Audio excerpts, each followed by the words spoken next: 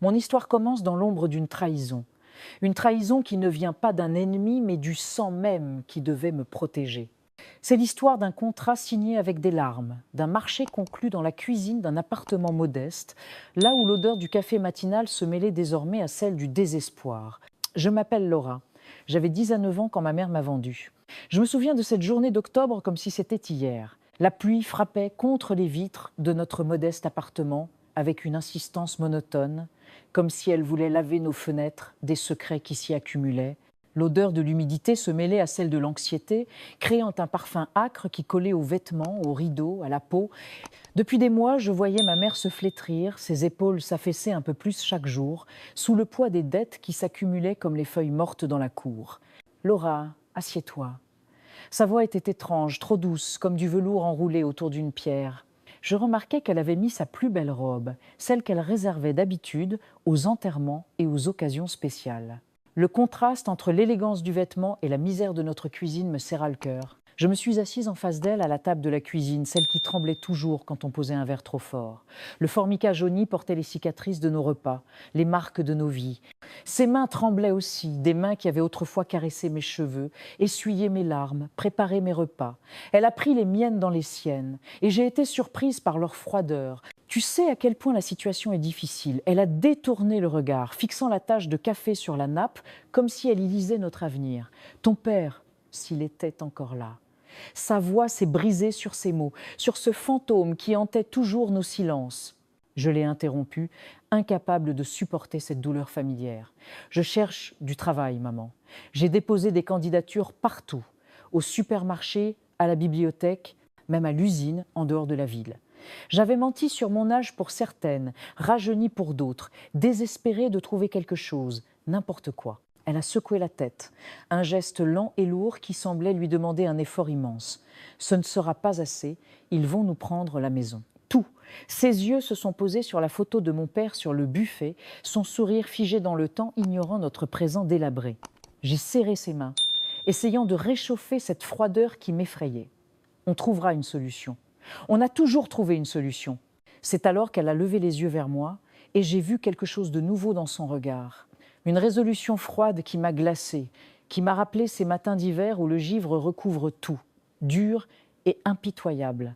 Il y a une solution. Elle a respiré profondément, comme si elle s'apprêtait à plonger dans des eaux profondes. La famille des Marais, ils sont importants. Richesse ancienne. Leur héritier, Antoine, il a eu un accident. Il a besoin de compagnie. J'ai froncé les sourcils, ne comprenant pas où elle voulait en venir. Qu'est-ce que cela a à voir avec nous? Nous ne connaissons pas ces gens. Sa voix s'est faite plus basse, presque un murmure, comme si elle avait honte des mots qu'elle prononçait. Ils offrent une dot substantielle, assez pour effacer toutes nos dettes, assez pour que je puisse vivre confortablement, assez pour. Un silence s'est installé entre nous, lourd de sens non dits. La pluie continuait son assaut contre la fenêtre et quelque part dans l'appartement voisin, une radio diffusait une chanson d'amour qui semblait appartenir à un autre monde. « Qu'est-ce que tu es en train de dire, maman ?» Ma propre voix me sembla lointaine, comme si quelqu'un d'autre parlait à ma place. Elle n'a pas pu soutenir mon regard. Ses doigts ont tracé des cercles sur la nappe, suivant le motif fleuri comme une prière. Il cherche une épouse pour Antoine. Une jeune femme de bonne famille, ils t'ont choisi. Les mots ont mis un moment à pénétrer ma conscience. Puis, soudain, leur signification m'a frappé de plein fouet. J'ai retiré mes mains des siennes, me levant si brusquement que ma chaise a grincé, protestant contre ce mouvement brusque. « Tu veux me marier à un étranger? Un homme blessé dont je ne connais rien ?» Ma voix montait, trahissant ma panique grandissante. « Tu veux me vendre comme du bétail ? » Ce n'est pas n'importe quel homme. Sa voix s'est durcie, prenant cette tonalité que je connaissais bien, celle qu'elle utilisait quand elle savait avoir tort, mais refusait de l'admettre. C'est l'héritier des Desmarais. Tu vivrais dans un manoir, tu n'aurais plus jamais à travailler, tu aurais des robes, des bijoux, tout ce dont une femme peut rêver. Et toi, tu aurais assez d'argent pour être tranquille, c'est ça ? J'ai jeté ces mots comme des cailloux, espérant qu'ils la blessent autant qu'elle me blessait. Le silence qui a suivi a été plus éloquent que n'importe quelle réponse. Elle a baissé les yeux, ses mains s'agitant nerveusement sur la table. J'ai vu une larme tomber sur le formica, formant une petite tache sombre qui s'étendait lentement. Les jours suivants ont été un cauchemar éveillé. Notre appartement, autrefois rempli de rires et de conversations, est devenu un lieu de silence pesant et de regards fuyants. Ma mère a évité mon regard, passant son temps au téléphone avec les avocats des Desmarais, chuchotant derrière les portes closes comme si elle ourdissait un complot. J'ai essayé de résister, de plaider, de crier « Je ne veux pas de cette vie », hurlai-je un soir où l'angoisse était devenue trop forte. Je préfère vivre dans la rue que d'être vendue à des inconnus. Tu ne comprends pas, a-t-elle finalement explosé, ses yeux brillants de larmes refoulées. Nous n'avons pas le choix, soit tu acceptes, soit nous finissons dans la rue. Est-ce cela que tu veux? Me voir mendier? Voir tout ce que ton père a construit partir en fumée? J'ai regardé cette femme, ma mère, et j'ai vu une étrangère. Les traits familiers de son visage semblaient s'être recomposés pour former quelqu'un que je ne reconnaissais plus. Une femme prête à troquer sa propre fille contre la sécurité financière, contre l'illusion du confort, et mon avenir à moi, ai-je demandé, la voix tremblante. Mes rêves? Mes études? Tu y as pensé? Les rêves ne remplissent pas l'estomac, Laura. A-t-elle rétorqué, son visage durci par la peur et la détermination. L'éducation ne paie pas les factures. La vie n'est pas un conte de fées. La veille de mon départ, elle est entrée dans ma chambre avec une robe qu'elle avait achetée avec l'argent des Desmarais. Soie bleue, d'une élégance qui me brûlait la peau. La robe était magnifique, d'une beauté cruelle qui accentuait l'horreur de la situation. Et c'est là, a-t-elle dit, la voix tremblante, tendant le vêtement comme une offrande, comme une paix proposée. Je l'ai regardée, cette robe qui symbolisait tout ce qui allait arriver, et j'ai senti des nausées. Le bleu profond m'apparaissait comme la couleur de la trahison, de la mélancolie, de la mer dans laquelle j'allais me noyer. Non, Laura, s'il te plaît, sa voix s'est brisée. Fais-le pour moi. Comment peux-tu faire ça? Ma voix s'est brisée. Les larmes que je retenais depuis des jours menaçant de finally se libérer. Je suis ta fille, pas une marchandise, pas un pion à échanger contre de l'argent. Ses épaules se sont affaissées, comme si le poids de la vérité de mes mots lui était enfin insupportable. Parfois dans la vie, on doit faire des choix difficiles, des pactes avec le diable, des compromis qui vous rongent l'âme mais qui vous sauvent la vie. Le diable? J'ai ri amèrement, un son sec et sans joie qui résonna étrangement dans la petite pièce. Au moins le diable est honnête sur ses intentions. Il ne se cache pas derrière des mots d'amour et des robes en soie. Elle a posé la robe sur mon lit, la dépliant soigneusement comme si elle arrangeait un linceul. Le tissu brillait sous la lumière faible de ma chambre, semblant absorber toute la lumière pour ne renvoyer que cette couleur bleue profonde, hypnotique et menaçante. Tu comprendras un jour, a-t-elle murmuré avant de sortir, me laissant seule avec la robe, avec mon destin, avec cette trahison qui prenait forme concrète. Cette nuit-là, je n'ai pas dormi. J'ai regardé par la fenêtre les lumières de la ville, me demandant laquelle de ces milliers de fenêtres éclairées abritait d'autres drames similaires aux miens. Combien de filles avaient été vendues pour sauver l'honneur familial? Combien de femmes avaient été sacrifiées sur l'autel des convenances et de l'argent? Le matin du départ, elle m'a aidée à faire ma valise. Ses doigts effleuraient chaque vêtement comme si elle disait au revoir à des souvenirs qui n'avaient jamais existé. Elle pliait mes chemisiers, mes jupes, mes sous-vêtements, avec une minutie qui frôlait l'obsession, comme si ce geste ordinaire pouvait racheter l'extraordinaire horreur de la situation. « Prends ça !» a-t-elle dit, en glissant subrepticement une enveloppe dans ma valise. « C'est tout ce que j'ai pu mettre de côté, au cas où. » Je n'ai pas répondu. Je ne pouvais pas. Les mots s'étaient coagulés dans ma gorge, formant une boule d'émotions contradictoires qui m'étouffait. Quand la voiture des Desmarais est arrivée, noire, luxueuse, impersonnelle, une bête métallique venue m'emporter vers mon destin, elle m'a serré dans ses bras pour la première fois depuis des semaines. Son étreinte était ferme, désespérée, comme si elle voulait m'imprimer dans sa mémoire, ou peut être s'excuser sans avoir à prononcer les mots. « Je t'aime, ma fille », a-t-elle murmuré contre mes cheveux, et j'ai senti ses larmes mouiller mon cuir chevelu. Je me suis raidie, refusant de céder à cette émotion qui menaçait de me submerger. « Si tu m'aimais, tu ne ferais pas ça. » Je suis montée dans la voiture sans regarder en arrière. La portière s'est refermée avec un bruit sourd qui a scellé mon destin, un bruit définitif qui résonna comme un glas. À travers la vitre teintée, j'ai vu ma mère porter ses doigts à ses lèvres, puis les tendre vers moi dans un geste d'adieu déchirant, avant de se retourner et de rentrer dans la maison, dans sa vie, dans son confort nouvellement acquis. La voiture a démarré dans un murmure feutré, emportant ce qui restait de Laura. La fille qui partait ne serait pas la même que celle qui arriverait au manoir Desmarais. Cette Laura-là était déjà en train de mourir, remplacée par une autre, une étrangère qui devait apprendre à survivre dans un monde qu'il avait acheté comme on achète un meuble ou un tableau. J'avais été vendue, échangée contre de l'argent et du confort. Et le pire dans tout ça, au fond de moi, une petite voix chuchotait « Que peut être si les rôles avaient été inversés ? Si j'avais été une mère désespérée voyant son enfant dans la misère, je n'aurais pas eu le courage de faire différemment. » Cette pensée était presque plus terrifiante que tout le reste. Cette capacité à comprendre, à compatir, à excuser l'inexcusable, car si je pouvais comprendre sa trahison, alors rien n'était vraiment sacré, rien n'était vraiment sûr. L'amour lui-même pouvait devenir une monnaie d'échange, un produit négociable sur le marché des désespoirs humains. La voiture roulait maintenant vers ma nouvelle vie, ou plutôt vers ma nouvelle prison. Je regardais défiler les rues familières de mon enfance, les magasins où j'avais acheté mes premiers livres, le parc où j'avais appris à faire du vélo, l'école où j'avais rêvé d'un avenir différent. Chaque image qui passait derrière la vitre était comme un adieu, un deuil à faire, un rêve à enterrer. Je me suis surprise à chercher des visages familiers parmi les piétons, espérant peu être voir un ami, un ancien professeur, quelqu'un qui me reconnaîtrait et m'arracherait à ce destin. Mais les visages étaient flous, indifférents, absorbés par leur propre vie, leur propre drame. Quand nous avons quitté la ville, quand les bâtiments ont cédé la place à la campagne, quand le paysage est devenu étranger, j'ai fermé les yeux. Je me suis répété mon nouveau nom, comme une incantation, comme un sortilège qui devait me protéger de l'inconnu. Laura Desmarais. Ce nom résonnait étrangement à mes oreilles, comme s'il appartenait à quelqu'un d'autre. Et en un sens, c'était le cas. La Laura Desmarais n'existait pas encore. Elle était en train de naître dans cette voiture luxueuse, sur cette route qui menait vers l'inconnu, portée par les cendres de la Laura d'avant, celle qui avait cru que l'amour d'une mère était inconditionnel, que la famille était un refuge, que le sang était plus épais que l'argent. J'allais découvrir à quel point je m'étais trompée. La voiture noire glissait sur l'asphalte comme un corbillard transportant un corps qui respirait encore. Je regardais par la vitre teintée le paysage se transformer. Les dernières maisons de la banlieue cédaient la place à des forêts profondes, puis à des collines verdoyantes qui semblaient absorber toute trace de civilisation. Chaque kilomètre parcouru m'éloignait un peu plus de la vie que j'avais connue, de la fille que j'avais été. Le chauffeur n'avait prononcé aucun mot depuis mon entrée dans le véhicule. Son silence me pesait autant que le regard de ma mère lorsque j'étais partie. J'essayais de capter son reflet dans le rétroviseur, mais il avait baissé la glace qui nous séparait, créant une barrière invisible entre nous.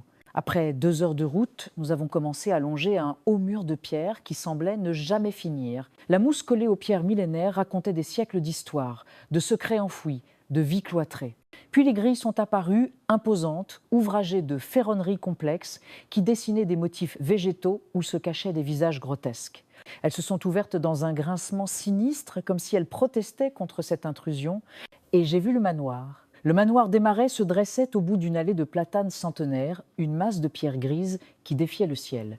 Ce n'était pas une demeure, c'était une forteresse. Ses multiples fenêtres ressemblaient à des yeux aveugles, ses tourelles pointaient vers les nuages comme des doigts accusateurs. La bâtisse respirait l'argent ancien, le pouvoir hérité, mais aussi quelque chose de plus sombre, de plus inquiétant.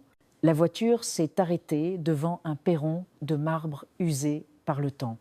Avant même que je ne puisse ouvrir la portière, une femme d'un certain âge, vêtue d'une robe sévère, apparaissait sur les marches. Son visage était un masque de pierre, ses yeux gris me dévisageant avec une curiosité clinique, comme si j'étais un spécimen rare qu'on lui apportait pour étude. « Je suis Madame Dubois, l'intendante », annonça-t-elle d'une voix qui ne laissait place à aucune émotion. « Veuillez me suivre. » Son ton ne laissait aucune place à la discussion. Je suis descendue de voiture, mes jambes tremblantes, et l'ai suivie à l'intérieur du manoir. L'intérieur était encore plus impressionnant que l'extérieur. Un hall immense s'ouvrait devant moi, dominé par un escalier de chêne massif qui montait en une courbe élégante vers les étages supérieurs. Des portraits d'ancêtres au regard sévère ornaient les murs de boiserie sombre, leurs yeux semblant me suivre alors que je traversais la pièce. L'air sentait la cire d'abeille et quelque chose d'autre, une odeur fade et douceâtre que je ne parvenais pas à identifier. Vos appartements se trouvent à l'est du manoir. déclara Madame Dubois sans se retourner, ses talons claquant sur le parquet en marbre. Vous y trouverez tout ce dont vous avez besoin. Les repas vous y seront servis. Et Antoine demandai-je, ma voix résonnant étrangement dans le silence de la demeure. Elle s'arrêta net et se tourna lentement vers moi. Monsieur Antoine réside dans l'aile ouest. Vous ne le verrez que lorsqu'il le souhaitera. Cette réponse évasive augmenta mon anxiété. Quand pourrais-je le rencontrer ? En temps voulu, répondit-elle évasivement avant de reprendre sa marche. Elle me conduisit à travers un dédale de couloirs et de salons, chaque pièce plus somptueuse que la précédente, des meubles anciens, des tapisseries précieuses, des lustres de cristal qui devaient valoir une fortune. Mais malgré toute cette richesse, l'endroit dégageait une froideur mortuaire. Aucune fleur fraîche, aucun livre laissé négligemment sur une table, aucune trace de vie véritable. Nous arrivâmes finalement devant une double porte en chêne sculpté. Madame Dubois sortit une clé ancienne de sa poche et déverrouilla la serrure avec un déclic sourd. « Vos appartements », annonça-t-elle en poussant les portes. La pièce qui s'offrit à moi était vaste et luxueusement meublée. Un lit à baldaquin drapé de soie bleue dominait l'espace, face à une cheminée de marbre où dansaient déjà les flammes d'un feu vif. Un bureau d'acajou, une coiffeuse ornée de miroirs, des fauteuils profonds recouverts de velours. Une porte entr'ouverte laissait entrevoir une salle de bain avec une baignoire sur pied. « C'est magnifique », murmurai-je, incapable de cacher ma surprise. Madame Dubois ne sourit pas. Vous trouverez des vêtements dans les armoires. La cloche près de la cheminée vous permettra d'appeler une domestique si nécessaire. Merci, dis-je, mais elle était déjà en train de se retirer. Le dîner vous sera servi à 7 heures précises, ajouta-t-elle avant de refermer les portes derrière elle. J'entendis le bruit distinctif de la clé tournant dans la serrure. Je me précipitai vers la porte et tentai de l'ouvrir, verrouillée. Je parcourus la pièce du regard, réalisant soudain la vérité. Cette chambre somptueuse n'était qu'une cellule déguisée. Les heures qui suivirent furent un mélange d'émerveillement et de terreur. J'explorais chaque centimètre de mes appartements. Les armoires regorgeaient de robes magnifiques, toutes à ma taille. Le bureau était approvisionné en papier à lettres et encre. La salle de bain contenait des flacons de parfum et des savons coûteux, mais il n'y avait aucun livre, aucun journal, rien qui puisse distraire l'esprit ou nourrir l'âme. Les fenêtres, bien que grandes, étaient garnies de barreaux dissimulés derrière des rideaux de velours. Je pouvais voir les jardins à la française, s'étendant à perte de vue, mais je ne pouvais y accéder. À 7 heures précises, comme annoncé, une jeune femme, aux yeux baissés, entra avec un plateau de nourriture. Elle ne me regarda pas une seule fois, déposa le plateau sur la table près de la fenêtre et repartit sans un mot. J'entendis à nouveau la clé tourner dans la serrure. Le repas était délicieux, raffiné, mais chaque bouchée avait le goût de ma captivité. La nuit tomba, plongeant le manoir dans un silence encore plus profond. Je me blottis dans l'embrasure d'une fenêtre, observant les étoiles qui commençaient à poindre dans le ciel nocturne. Quelque part dans cette immense demeure, mon futur mari, cet homme blessé, se trouvait. Que savait-il de moi ? Approuvait-il cet arrangement ? Était-il aussi prisonnier que moi ? Soudain, un bruit me fit sursauter. Un gémissement étouffé, provenant de quelque part dans le mur derrière moi. Je collai mon oreille contre la boiserie, retenant mon souffle. Rien. Puis, le son se reproduisit, plus distinct cette fois, une plainte longue et traînante, suivie d'un grattement léger, comme des ongles sur du bois. La peur me glaça le sang. Était-ce Antoine? Était-ce lui qui se trouvait de l'autre côté de ce mur? Son état était-il si terrible qu'on devait le cacher au fond du manoir, même de sa future épouse? Je passai la nuit à écouter, à guetter le moindre son, le moindre indice qui pourrait me renseigner sur la véritable nature de l'homme que j'étais censée épouser. Les gémissements revinrent par intermittence, parfois mêlés à des sanglots étouffés, d'autres fois à des murmures incompréhensibles. Au petit matin, épuisé, je m'effondrais sur le lit. Mais alors que les premières lueurs de l'aube filtraient à travers les barreaux déguisés, une certitude s'installa en moi. On me cachait quelque chose. La blessure d'Antoine n'était pas qu'une simple invalidité physique. Quelque chose de plus sombre se tramait dans le manoir des Marais, et j'étais désormais au cœur de ce mystère. Quand la domestique revint avec mon petit déjeuner, je tentai de l'interroger. « Qu'y a-t-il dans l'aile ouest ?» demanda-je alors qu'elle disposait les plats sur la table. Elle devint pâle et secoua la tête sans me regarder. « Je ne sais pas, madame. »« Vous devez bien savoir quelque chose, insistai-je, ma voix trahissant mon désespoir. S'il vous plaît, dites-moi ce qui ne va pas avec Antoine. » Ses mains tremblèrent si fort que la cuillère en argent qu'elle tenait tomba sur le parquet avec un bruit métallique. « Je ne peux pas, chuchota-t-elle avant de se précipiter vers la porte. Avant qu'elle ne referme la porte derrière elle, j'entrevis son visage dans l'entrebâillement.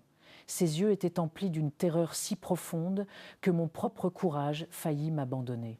Je compris alors que j'étais prise au piège dans une prison dorée, entourée de mystères et de peurs, et que la nuit prochaine serait celle de mes noces où je devrais enfin affronter la vérité sur l'homme que j'avais épousé. La voiture noire glissait sur l'asphalte comme un corbillard, transportant un corps qui respirait encore. Je regardais par la vitre teintée le paysage se transformer, les dernières maisons de la banlieue cédaient la place à des forêts profondes, puis à des collines verdoyantes qui semblaient absorber toute trace de civilisation.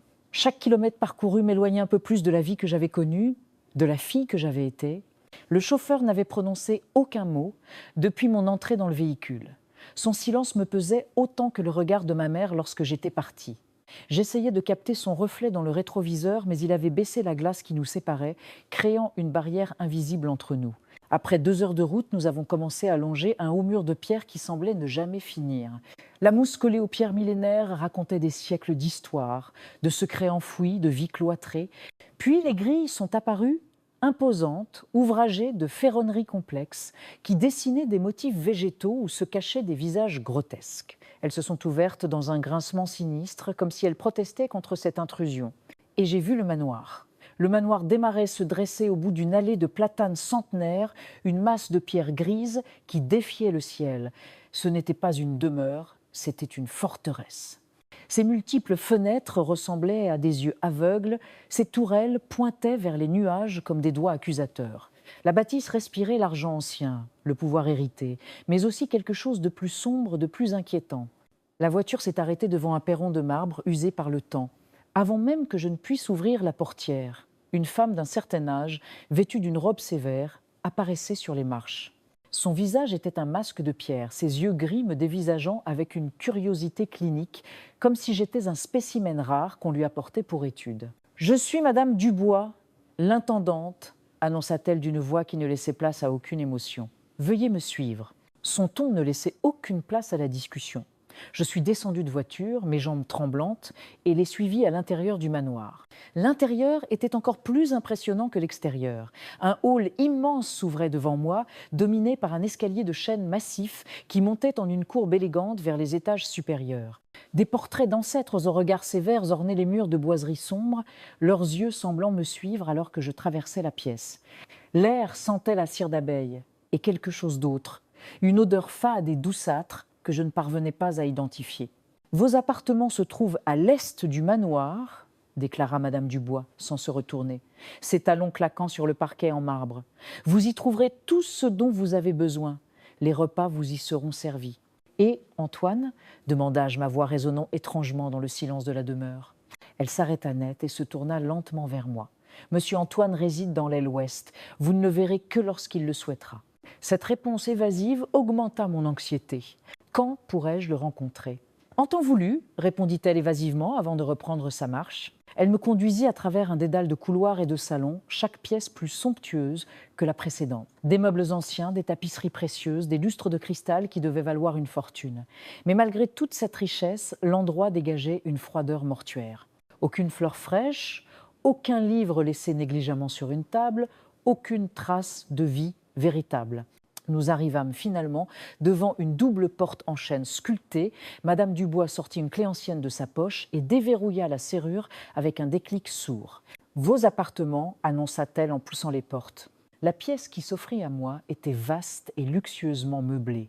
Un lit à baldaquin drapé de soie bleue dominait l'espace, face à une cheminée de marbre où dansaient déjà les flammes d'un feu vif. Un bureau d'acajou, une coiffeuse ornée de miroirs, des fauteuils profonds recouverts de velours, une porte entr'ouverte laissait entrevoir une salle de bain avec une baignoire sur pied. « C'est magnifique », murmurai-je, incapable de cacher ma surprise. Madame Dubois ne sourit pas. « Vous trouverez des vêtements dans les armoires. La cloche près de la cheminée vous permettra d'appeler une domestique si nécessaire. »« Merci », dis-je, mais elle était déjà en train de se retirer. « Le dîner vous sera servi à 7 heures précises », ajouta-t-elle, avant de refermer les portes derrière elle. J'entendis le bruit distinctif de la clé tournant dans la serrure. Je me précipitai vers la porte et tenta de l'ouvrir. Verrouillée, je parcourus la pièce du regard, réalisant soudain la vérité. Cette chambre somptueuse n'était qu'une cellule déguisée. Les heures qui suivirent furent un mélange d'émerveillement et de terreur. J'explorais chaque centimètre de mes appartements. Les armoires regorgeaient de robes magnifiques, tout à ma taille. Le bureau était approvisionné en papier à lettres et encre. La salle de bain contenait des flacons de parfum et des savons coûteux. Mais il n'y avait aucun livre, aucun journal, rien qui puisse distraire l'esprit ou nourrir l'âme.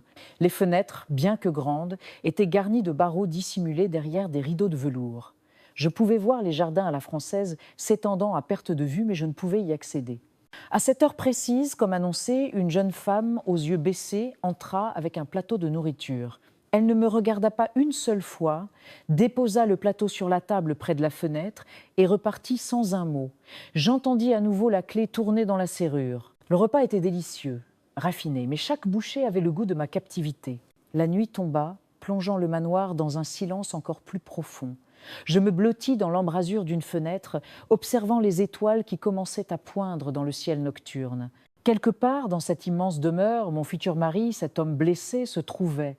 Que savait-il de moi? Approuvait-il cet arrangement? Était-il aussi prisonnier que moi? Soudain, un bruit me fit sursauter.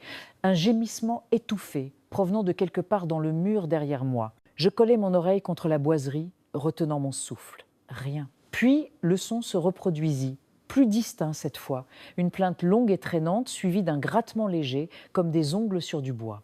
La peur me glaça le sang. Était-ce Antoine?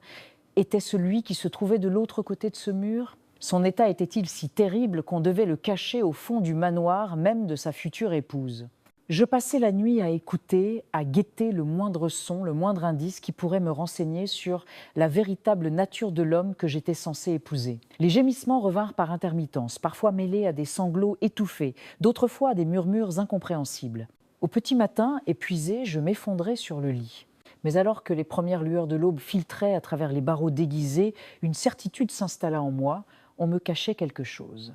La blessure d'Antoine n'était pas qu'une simple invalidité physique, quelque chose de plus sombre se tramait dans le manoir des Marais et j'étais désormais au cœur de ce mystère. Quand la domestique revint avec mon petit déjeuner, je tentai de l'interroger. « Qu'y a-t-il dans l'aile ouest ?» demandai-je alors qu'elle disposait les plats sur la table. Elle devint pâle et secoua la tête sans me regarder. « Je ne sais pas, madame. » « Vous devez bien savoir quelque chose, insistai-je, ma voix trahissant mon désespoir. « S'il vous plaît, dites-moi ce qui ne va pas avec Antoine. » Ses mains tremblèrent si fort que la cuillère en argent qu'elle tenait tomba sur le parquet avec un bruit métallique. « Je ne peux pas, » chuchota-t-elle avant de se précipiter vers la porte. Avant qu'elle ne referme la porte derrière elle, j'entrevis son visage dans l'entrebâillement. Ses yeux étaient emplis d'une terreur si profonde que mon propre courage faillit m'abandonner. Je compris alors que j'étais prise au piège dans une prison dorée, entourée de mystères et de peurs, et que la nuit prochaine serait celle de mes noces, où je devrais enfin affronter la vérité sur l'homme que j'avais épousé. La porte verrouillée derrière Antoine résonna comme un couperet dans le silence lourd de la chambre. Je restai immobile, adossée au mur froid, mes genoux tremblants refusant de me porter. L'odeur d'Antoine, cette puissante senteur animale mêlée à un parfum métallique de sang, imprégnait encore l'air, me tournant l'estomac. Combien de temps passai-je ainsi, effondré sur le sol froid? Les braises dans la cheminée s'éteignirent une à une, plongeant la pièce dans une obscurité presque totale. Seule la faible lueur de la lune, filtrant entre les lourds rideaux de velours, éclairait vaguement la chambre de torture qui m'était destinée. Puis un bruit. Pas le grattement ou le gémissement qui m'avait tenu éveillé les nuits précédentes. Non, celui-ci était différent, un frottement léger, régulier, comme si on traînait quelque chose contre le mur extérieur. Je me relevai péniblement, mes muscles endoloris protestant à chaque mouvement. En m'approchant du mur d'où provenait le bruit, je remarquai quelque chose que je n'avais pas vu auparavant, une fine ligne de lumière à la base d'un grand tableau sombre. Le cadre semblait légèrement décollé du mur. La porte verrouillée derrière Antoine résonna comme un couperet dans le silence lourd de la chambre. Je restai immobile, adossé au mur froid, mes genoux tremblants refusant de me porter. L'odeur d'Antoine, cette puissante senteur animale mêlée à un parfum métallique de sang, imprégnait encore l'air, me tournant l'estomac. Combien de temps passai-je ainsi, effondré sur le sol froid? Les braises dans la cheminée s'éteignirent une à une, plongeant la pièce dans une obscurité presque totale. Seule la faible lueur de la lune, filtrant entre les lourds rideaux de velours, éclairait vaguement la chambre de torture qui m'était destinée. Puis un bruit, Pas le grattement ou le gémissement qui m'avait tenu éveillé les nuits précédentes. Non, celui-ci était différent, un frottement léger, régulier, comme si on traînait quelque chose contre le mur extérieur. Je me relevais péniblement, mes muscles endoloris protestant à chaque mouvement. En m'approchant du mur d'où provenait le bruit, je remarquai quelque chose que je n'avais pas vu auparavant, une fine ligne de lumière à la base d'un grand tableau sombre. Le cadre semblait légèrement décollé du mur. Le cœur battant la chamade, je passai mes doigts sur les bords du cadre. Il bougea légèrement. Poussant avec plus de force, je découvris que le tableau dissimulait une ouverture, un passage secret. L'ouverture était étroite, à peine assez large pour me laisser passer. Sans hésiter, je me faufilai dans l'obscurité. Un étroit couloir de pierre s'étendait devant moi, faiblement éclairé par des veilleuses espacées. L'air y était humide, chargé d'une odeur de moisi et de quelque chose d'autre, de familier. Cette même odeur douceâtre et fade qui imprégnait tout le manoir, mais ici, elle était plus forte, presque écœurante. Je suivis le couloir, mes pas feutrés sur la pierre humide. Il serpentait, descendant progressivement, comme s'il plongeait vers les entrailles de la terre. Au bout de plusieurs minutes, j'aperçus une autre ouverture, dissimulée derrière une lourde tenture. Écartant prudemment le tissu, je découvris une scène qui me glaça le sang. Je me trouvais dans une galerie surplombant une vaste salle souterraine. En contrebas, éclairée par des torches fixées au mur de pierre, s'étendait une bibliothèque immense. Mais ce n'était pas une bibliothèque ordinaire. Au lieu de livres, les étagères qui couvraient les murs du sol au plafond contenaient des rangées de dossiers soigneusement étiquetés. Et sur une grande table en chêne, au centre de la pièce, Madame Dubois et un homme que je n'avais jamais vu vêtu d'une blouse de médecin tachée examinaient des documents étalés. La 9e en 20 ans, disait l'homme d'une voix grave. Les résultats restent décevants. Madame Dubois soupira, ajustant ses lunettes. La dégénérescence s'accélère. Les dernières naissances n'ont pas survécu plus de quelques mois. Le sang de cette nouvelle est-il assez pur ? Les tests sont prometteurs. Ascendance robuste, pas de maladie héréditaire connue, mais comme les autres, elle ne survivra probablement pas à l'accouchement. Le sens de leurs mots me frappa avec la force d'un coup de poing. Je porta une main à ma bouche pour étouffer un cri. Les autres, ces femmes achetées comme moi, étaient mortes en couches. Nous n'étions que du bétail reproducteur, sacrifié pour perpétuer une lignée maudite. « Et Antoine ?» demanda Madame Dubois. Ces dernières transformations s'accélèrent. L'homme le médecin secoua la tête. Le processus est irréversible. D'ici quelques mois, il ne restera plus rien de l'homme qu'il était. Il deviendra complètement incontrôlable. Nous avons donc peu de temps, conclut Madame Dubois. Il faut qu'elle conçoive rapidement. Je reculai dans l'ombre, mon esprit tourbillonnant. Les transformations d'Antoine, ses yeux de félin, ses dents pointues, cette force surhumaine, n'étaient que le début. Il devenait quelque chose de pire, quelque chose d'entièrement monstrueux. Alors que je m'apprêtais à m'éloigner, mon pied heurta accidentellement un petit caillou qui roula dans l'escalier avec un bruit disproportionné dans le silence. Les conversations en bas cessèrent net. « Qui est là ?» gronda Madame Dubois. Je me figeai, retenant mon souffle. Des pas résonnèrent alors qu'il s'approchait de l'escalier menant à la galerie. Je me recroquevillai derrière un pilier de pierre, priant pour que l'obscurité me cache. Les pas passèrent tout près, puis s'éloignèrent. Ils n'avaient pas vérifié derrière le pilier. Attendant encore plusieurs minutes palpitantes, je me faufilai hors de ma cachette et remontai en hâte le couloir secret. De retour dans la chambre d'Antoine, je remis soigneusement le tableau en place. Ma tête bourdonnait des horreurs que je venais d'apprendre. Je n'étais pas la première, je ne serais probablement pas la dernière, et je mourrais en donnant naissance à un enfant monstrueux. Mais alors que le désespoir menaçait de m'engloutir, une pensée surgit l'allié improbable dont j'avais besoin. La jeune domestique qui m'apportait mes repas, celle dont les mains tremblaient, dont les yeux évitaient les miens, elle aussi avait peur, peut-être pouvait-elle m'aider. Les jours suivants devinrent un jeu mortel de duplicité. En présence d'Antoine et de sa famille, j'affichais une soumission résignée, je baissais les yeux quand on me parlait, je mangeais sans protestation les repas qu'on m'apportait, je supportais les visites nocturnes d'Antoine qui pour l'instant se contentait de m'observer de son regard inquiétant. Mais en secret, je préparais mon évasion. Lorsque la domestique qui se révéla s'appelait Élise apporta mon petit déjeuner le matin suivant, je lui tendis discrètement un mot que j'avais écrit pendant la nuit. « Je sais ce qu'ils font aux femmes ici », avais-je griffonné. « Aidez-moi, s'il vous plaît ». Ses yeux s'écarquillèrent en lisant le message et pendant un bref instant, son masque d'indifférence tomba, révélant une terreur profonde. Elle secoua presque imperceptiblement la tête, mais au moment de partir, elle laissa tomber négligemment un mouchoir près de ma porte. Quand je le ramassai, je découvris un autre message soigneusement plié à l'intérieur. « Il vous surveille, méfiez-vous des miroirs. » Les miroirs. Je regardais soudain la coiffeuse ornée de ses multiples reflets avec une nouvelle appréhension. M'approchant prudemment, je passai mes doigts sur les bords du miroir central. Il ne sembla pas bouger, mais en regardant de plus près, je remarquai de minuscules trous d'épingles dissimulés dans le cadre en bois. Des Judas. On m'observait. Cette nuit-là, alors qu'Antoine me rendait visite, je jouais mon rôle à la perfection. Je feignis la résignation, la soumission, même une certaine acceptation de mon sort. Je lui parlais doucement, évitant soigneusement tout sujet qui pourrait l'énerver. Je remarquais comment ses yeux se dilataient quand je montrais de la peur, comment il respirait plus profondément quand mon pouls s'accélérait. Il se nourrissait de ma terreur. Quand il partit, laissant derrière lui cette odeur animale caractéristique, j'attendis dans le silence, faisant semblant de dormir. Au bout d'une heure, j'entendis le léger clic d'un mécanisme les miroirs espions qu'on désactivait. C'était mon moment. Je me glissai hors du lit et retournai vers le passage secret derrière le tableau. Cette fois, je savais où j'allais. Je descendis les 3 couloirs, mais au lieu de m'arrêter à la galerie surplombant la bibliothèque, je continuai plus loin, là où le couloir se divisait en 2 branches. La branche de gauche menait à la bibliothèque. La droite plongeait plus profondément dans l'obscurité. Je pris la droite. Le couloir devint plus humide, plus froid. L'odeur douceâtre et fade devint presque insupportable. Puis, j'aperçus une série de portes lourdes, chacune avec un petit Judas grillagé. Une prison, la véritable prison du manoir des Marais. Je m'approchai prudemment de la première porte et jetai un coup d'œil par l'ouverture. La cellule était petite, nue, avec seulement une paillasse pourrie dans un coin. Et sur cette paillasse gisait une femme ou ce qui en restait. Son visage était creusé par la faim, ses cheveux ternes et clairsemés. Mais le plus horrifiant était son ventre gonflé par une grossesse avancée. Elle tourna la tête vers moi et ses yeux des orbites vides et sans vie me transpercèrent. « Fuyez !» murmura-t-elle d'une voix rauque à peine audible, avant qu'il ne soit trop tard. Les jours qui suivirent ma découverte des cellules souterraines se transformèrent en un exercice d'équilibre précaire entre la soumission feinte et la préparation frénétique de mon évasion.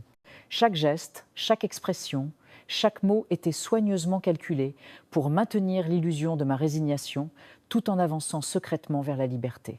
Le 4e matin après ma terrible découverte, Élise apparut avec mon plateau de petit déjeuner. Ses doigts effleurèrent les miens lorsqu'elle me tendit ma tasse de thé et je sentis un petit morceau de papier glisser dans ma paume. Je fermai le poing, dissimulant le message, et lui adressai un imperceptible signe de tête. Quand elle fut partie, je dépliai fébrilement le papier, l'écriture était serrée, nerveuse.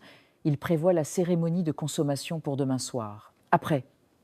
Surveillance réduite pendant 3 jours si conception confirmée. Seule fenêtre, cave à vin, minuit. Viens seul. La cérémonie de consommation. Les mots m'emplirent d'une horreur viscérale. Ils avaient planifié ma violation comme un rituel, une formalité à cocher sur leur liste macabre. Cette nuit-là, quand Antoine fit sa visite habituelle, je remarquai des changements subtils mais inquiétants dans son comportement. Ses mouvements étaient plus saccadés, moins humains. Une fois, alors qu'il passait près de la cheminée, la lueur des flammes révéla que les poils sur ses avant-bras s'épaississaient, prenant une texture étrangement rigide. Ses ongles, que j'avais initialement pris pour des mains de gentleman oisif, semblaient plus épais, plus pointus. « Tu sembles nerveuse ce soir, ma chère » remarqua-t-il, sa voix comportant un nouveau grondement sous-jacent. Je baissai les yeux, jouant la modestie. La cérémonie de demain, j'appréhende. Son rire résonna étrangement dans la pièce, trop profond, trop résonnant. Naturel, mais ne t'inquiète pas, c'est une procédure médicale pour assurer la conception. Médicale, je ne pus réprimer un frisson. Il s'approcha et son ombre sembla s'étirer démesurément sur le mur derrière lui. Notre lignée requiert des méthodes particulières. La conception naturelle n'est plus possible depuis des générations. Ses doigts effleurèrent mon cou et je sentis leurs extrémités anormalement froides. Le médecin procédera à l'insémination. C'est bien plus efficace. Le soulagement que j'éprouvais fut immédiatement suivi d'un nouveau dégoût. Même dans cet acte le plus intime, il retirait toute humanité, toute connexion. Je n'étais qu'un récipient, un utérus à louer. Le lendemain fut le plus long de ma vie. Chaque heure sonnait comme un glas. Madame Dubois apparut en fin d'après-midi avec 2 femmes de chambre, portant une robe cérémoniale d'un blanc virginal qui me fit penser à une tenue de sacrifice. « Habillez-la » ordonna-t-elle. Alors qu'elle m'enveloppait dans les tissus luxueux, je remarquai les détails sinistres de la robe. Des symboles brodés d'un fil argenté presque invisible sur le col et les poignets des motifs qui ressemblaient étrangement aux marques sur le corps d'Antoine. La ceinture était ornée de pierres froides qui semblaient absorber la chaleur de ma peau. Où va se dérouler la cérémonie demandai-je, essayant de paraître curieuse plutôt qu'effrayée. Dans la salle des ancêtres, répondit Madame Dubois, sans me regarder. C'est une tradition familiale. Quand je fus prête, elles me conduisirent toujours aveuglée par ce maudit bandeau à travers le manoir. Mais cette fois, je comptais mentalement les pas, notant les virages, les changements de texture sous mes pieds, les variations de température. 70 pas sur le marbre, 23 sur le bois, puis 15 sur un tapis si épais qu'il étouffait presque tout son. La salle des ancêtres sentait l'encens et la chair pourrie. Quand on retira mon bandeau, je clignais des yeux dans la lumière des chandelles. La pièce était circulaire, sans fenêtre, ses murs couverts de portraits encore plus anciens que ceux du hall principal. Les visages peints montraient la même dégénérescence progressive que j'avais observée chez Antoine, yeux s'écartant, traits s'épaississant, regards devenant de plus en plus bestiaux à mesure que l'on avançait dans le temps. Au centre se trouvait une table de pierre sculptée de canaux peu profonds qui convergeaient vers un bassin à une extrémité. Le médecin que j'avais vu dans la bibliothèque souterraine attendait, des instruments bizarres disposés sur un plateau à côté de lui. Antoine se tenait près de la table, vêtu d'une robe sombre qui accentuait sa pâleur maladive. Ses yeux brillaient d'une lueur fébrile. « Allongez-vous » ordonna le médecin. Je obéis, le marbre froid transperçant le tissu de ma robe. Les femmes de chambre me attachèrent les poignets et les chevilles avec des lanières de cuir souples mais incroyablement solides. « Ce n'est pas nécessaire, protestai-je, la peur perçant enfin ma façade. « Protocolaire, répondit sèchement Madame Dubois. Le médecin approcha avec une seringue étrange, remplie d'un liquide laiteux. « Ceci facilitera le processus, dit-il, en pressant une goutte du liquide à l'extrémité de l'aiguille. » Je tournai la tête vers Antoine. « Qu'est-ce que c'est ?»« L'essence des démarrais, » répondit-il.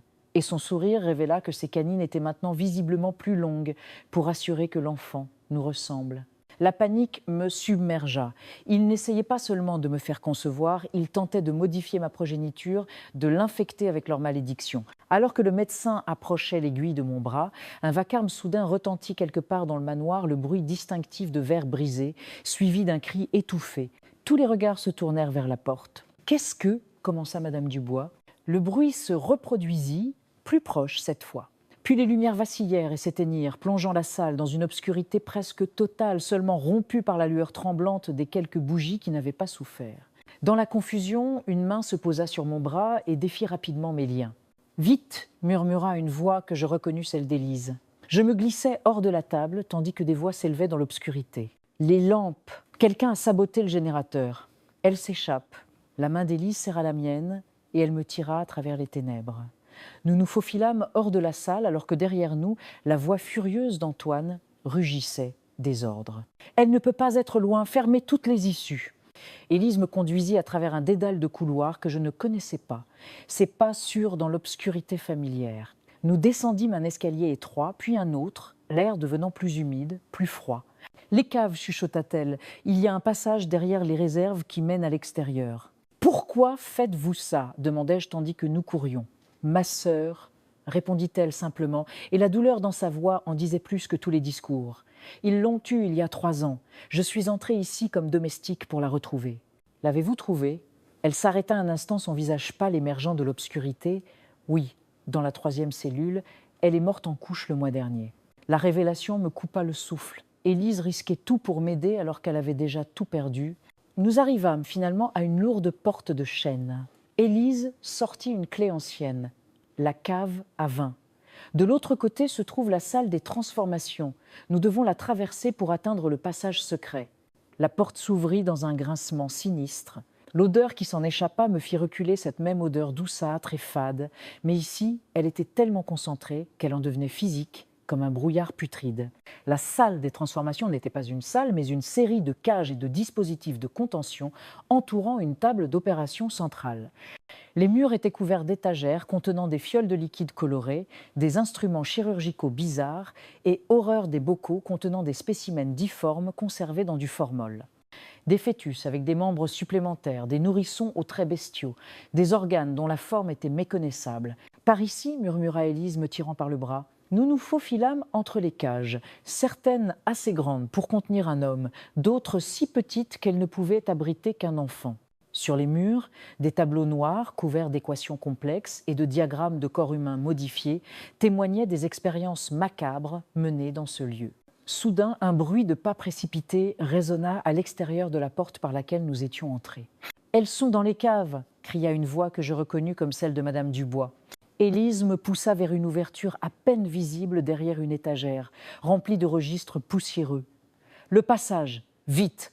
Alors que je m'engageais dans l'ouverture étroite, un rugissement furieux retentit derrière nous, un son qui n'était plus humain du tout. Je me retournai pour voir Antoine, debout dans l'encadrement de la porte, sa silhouette déformée projetant une ombre monstrueuse sur les murs de la salle. Ses yeux brillaient d'une lueur jaune dans l'obscurité et sa bouche s'étirait dans une grimace qui révélait des crocs trop longs pour un visage humain. « Laura !» gronda-t-il, et sa voix était maintenant un mélange d'humanité et de bestialité. « Tu ne peux pas m'échapper. » Élise me poussa dans le passage. « Allez-y, je vais les retarder. »« Non, venez avec moi. » Elle secoua la tête, un sourire triste sur son visage. « Je n'ai plus rien à perdre, mais vous pouvez encore vivre. » Avant que je puisse protester, elle repoussa l'étagère qui bascula en avant, bloquant partiellement l'entrée du passage, mais la scellant également derrière elle. À travers les interstices, je la vis faire face à Antoine, un instrument chirurgical brillant dans sa main. « Élise !» criai-je. « Partez !» hurla-t-elle. « Tout droit jusqu'au bout. La sortie donne sur la forêt. » Puis les ombres l'engloutirent. Et les rugissements d'Antoine se mêlèrent à son cri. Le cœur brisé, mais déterminé à ne pas laisser son sacrifice être vain, je me mis à courir dans le passage sombre, les échos de la bataille derrière moi s'estompant peu à peu, alors que je m'enfonçais plus profondément dans les ténèbres. La liberté était proche, mais le prix à payer venait de devenir infiniment plus lourd. Le passage secret était un boyau de pierre humide qui semblait s'enfoncer dans les entrailles de la terre. Je courus jusqu'à ce que mes poumons me brûlent, jusqu'à ce que les cris derrière moi ne soient plus qu'un lointain écho.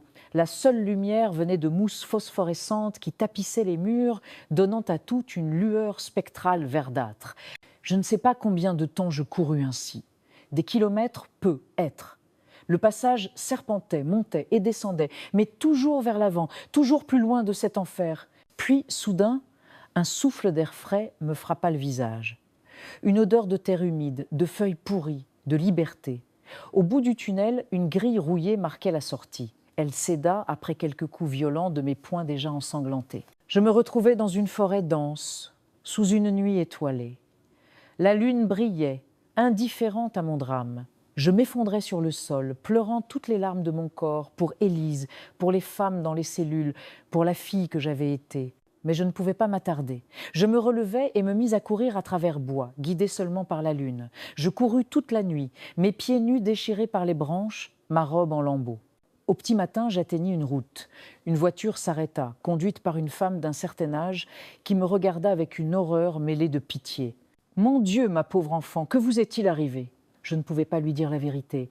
Personne ne me croirait. Un accident, balbutiai-je. Je me suis perdue dans les bois. Elle me conduisit à la gare la plus proche. Là, avec l'argent que ma mère avait glissé dans ma valise argent des Desmarais, ironie du sort, je pris un billet pour retourner dans notre ville. Le voyage fut un brouillard. Les paysages défilaient, indifférents à mon chagrin. Je ne pensais qu'à une chose, confronter ma mère. Quand le train s'arrêta enfin, je descendis et marchai jusqu'à notre appartement, mais pas lourd de colère et de douleur. Je frappai à la porte, elle ouvrit. Et son visage se décomposa quand elle me vit. Laura, mais comment ? Je la repoussai et entrai. L'appartement avait changé. De nouveaux meubles, de la moquette neuve, des tableaux au cadre doré. Tout sentait l'argent des Desmarais. « Tu es riche ? À ce que je vois, » dis-je froidement. « Laura, je peux expliquer. » « Expliquer ?» Ma voix se brisa. « Expliquer que tu m'as vendue à des monstres.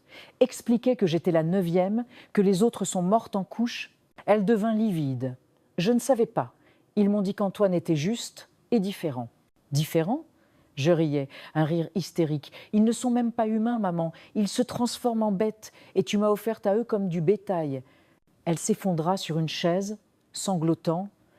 J'avais tellement peur de finir à la rue. Les dettes, ton père. Ne parle pas de papa, hurlai-je. Il n'aurait jamais fait ça, jamais. Le silence tomba entre nous, lourd de tout ce qui avait été brisé. Qu'est-ce que tu vas faire ? Demanda-t-elle finalement. Je la regardais, cette femme qui avait été ma mère, et je ne ressentis plus rien. Plus de colère, plus de tristesse. Juste un vide immense. Je vais vivre, dis-je simplement, et toi tu vas vivre avec ce que tu as fait. Je partis ce jour-là en portant seulement l'argent et quelques vêtements. Je ne la revis jamais. Les semaines qui suivirent furent difficiles. Je trouvais une chambre misérable et un travail de serveuse. La nuit, je rêvais d'Antoine et de ses yeux de fauve, d'Élise se sacrifiant pour moi. Puis un matin, en ouvrant le journal, je vis la manchette « Incendie mystérieux détruit le manoir d'Esmara.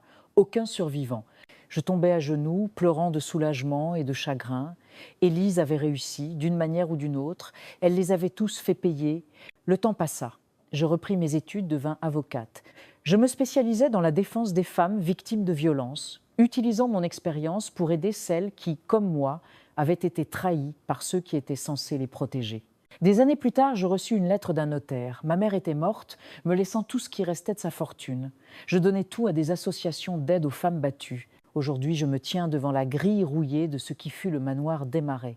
Les ruines noircies émergent à peine des ronces. La nature a repris ses droits, effaçant peu à peu les traces du mal qui régnait ici. Je pose une main sur mon ventre rond. Je suis enceinte. Le bébé est de David, mon mari, un homme bon qui connaît mon passé et m'aime malgré tout. Parfois, la nuit, je rêve encore de ce lieu. Je revois le visage d'Élise, ses yeux pleins de courage. Je revois les femmes dans leurs cellules. Et je me souviens, mais je ne suis plus cette fille effrayée vendue par sa mère. Je suis Laura Desmarais, survivante. Et chaque jour, je choisis de vivre pour elle, pour moi, pour toutes celles qui n'ont pas eu cette chance. Le vent souffle à travers les ruines, murmurant des secrets que je suis la seule à comprendre. Je tourne le dos au manoir et m'éloigne vers la lumière, vers la vie. Merci d'avoir suivi le parcours bouleversant de Laura à travers ces 6 chapitres. Son combat pour survivre, sa quête de liberté et sa rédemption finale vous ont peu être émus, tout comme ils m'ont profondément touchée en les écrivant. Pour ceux qui veulent aller plus loin, si cette histoire vous a captivé, imaginez ce que je pourrais créer spécialement pour vous. Je peux vous écrire une suite inédite où Laura découvre qu'un Desmarais a survécu. Une préquelle sur la première femme vendue au manoir. Une version alternative avec un tout autre dénouement. Votre propre histoire personnalisée sur le thème de votre choix. Pourquoi travailler avec moi ? Écriture sur mesure adaptée à vos envies. Plongée émotionnelle garantie, univers riche et détaillé. Respect total de vos directives. Restons connectés. Ne manquez pas mes prochaines histoires, que ce soit pour lire mes prochaines créations, me commander une histoire personnelle, discuter écriture et narration. Abonnez-vous à mon profil en cliquant sur mon nom Cœur et Trahison en haut de cette conversation. Votre aventure ne fait que commencer, et si la suivante était celle que nous écrirons ensemble ? Merci pour votre confiance et à très vite pour de nouvelles histoires.